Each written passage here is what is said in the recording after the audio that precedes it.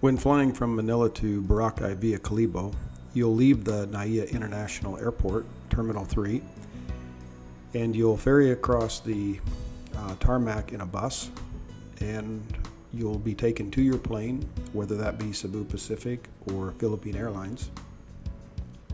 Once you board the plane, you'll notice that these planes have wider seats, more legroom and headroom, and the luggage compartments above your head are much larger.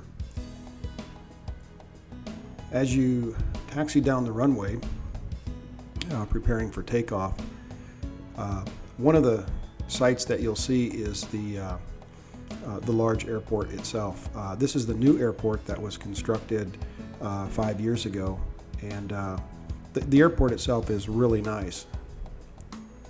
Once you get overhead, you can notice that the city of Manila is quite large, and for first-time flyers, highly recommend getting a window seat. The view is actually incredible.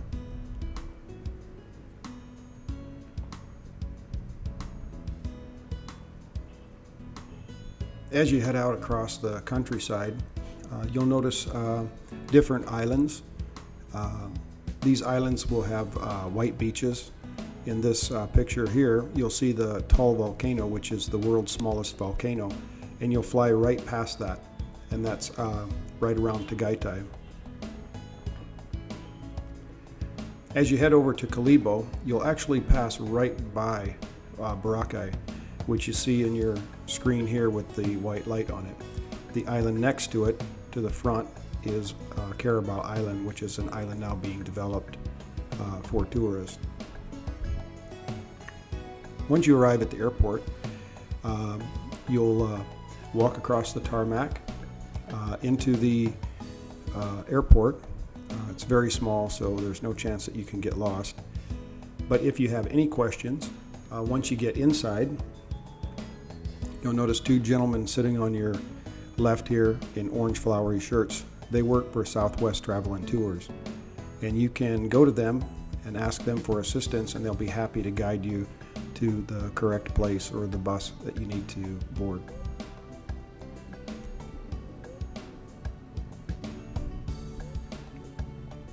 The trip from Calibo to Cataclan is about 1.5 hours, give or take a little bit for traffic. Calibo is a fairly large city. It has a general hospital and other things that fairly large cities have, which is traffic. In Calibo, one of the things you'll notice is an enormous amount of tricycles that really do clog up the streets. Once you start to get through the city of Calibo, you won't hit much traffic. The highways they're really clean and well maintained for the most part. I've never seen any real damage to them.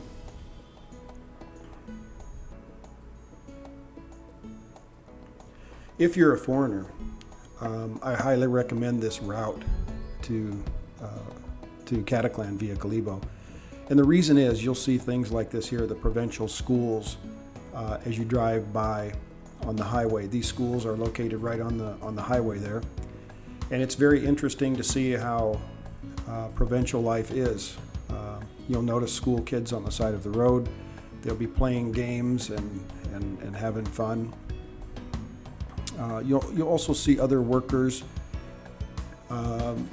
on the side of the road with their daily activities and things. And this is something typically you would not see in the cities.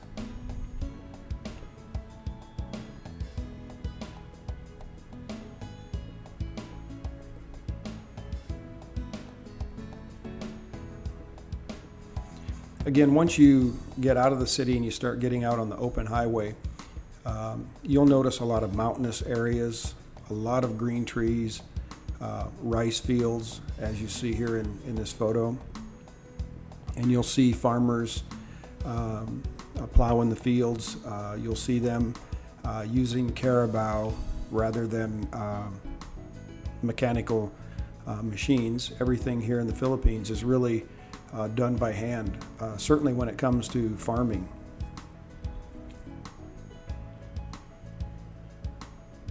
Here's a picture that I took when we went on a trip via Kalibo. It's a farmer who's taken his carabao out to the rice field to let the carabao roll around in the mud.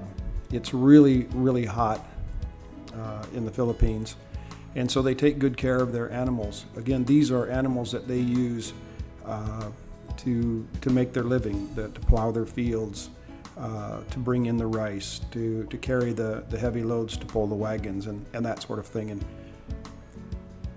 if you've not seen this type of thing in the Philippines or in any other country in Asia, it's really a nice way to see it. Here you'll see on the side of the road farmers drying their rice on the side of the road. So they'll lay their rice out on these rice mats, and they'll dry the rice in the sun. And once it's dried, they'll put the rice in bags, and then they'll carry it to market. Again, you know, if you're not familiar with this, or you're a foreigner, the trip in itself is worth it just to see the provincial life that takes place here in the Philippines. On part of your trip, you'll notice a coastal highway where you can see the ocean as it's coming up against the shore.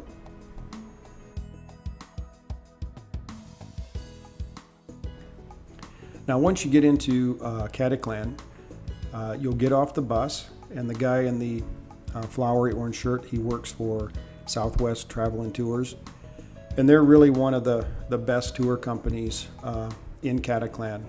They've been there for 15 years, and they're the only company that WOW Philippines Travel Agency uses. If you have any questions on where to go, you just ask him or anyone for Southwest, and they'll be happy to help you. They'll guide you to your correct destination.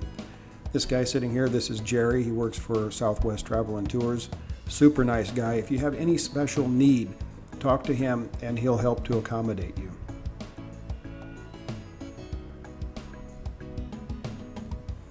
Here we have two young ladies that work for WOW Philippines Travel Agency, Andrea and Liz, and they're now headed to the boat that will ferry them across the Taban Strait over to Cagban Beach on BORACAY Island.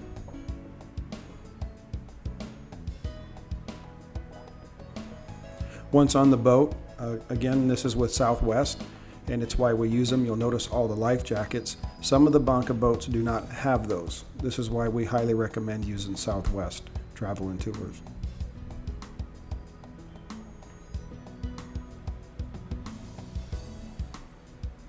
As you pull away from the dock and get out on the open water, just the fresh air alone, if you've been in the city for a while, is it's really refreshing. It's nice. It's a great feeling of relief to be out there on that Banca boat, knowing that you're headed to one of the nicest white beaches in the world.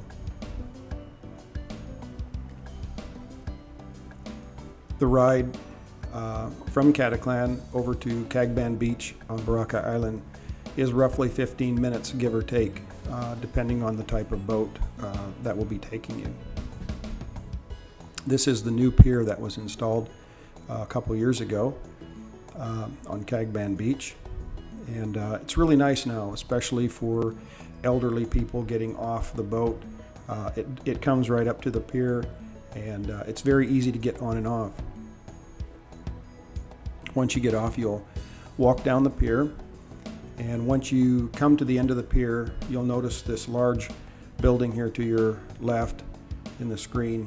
It's the Welcome Center, and this is where you'll pay your environmental fee and anything like that. Also, they have drinks and snacks inside and different government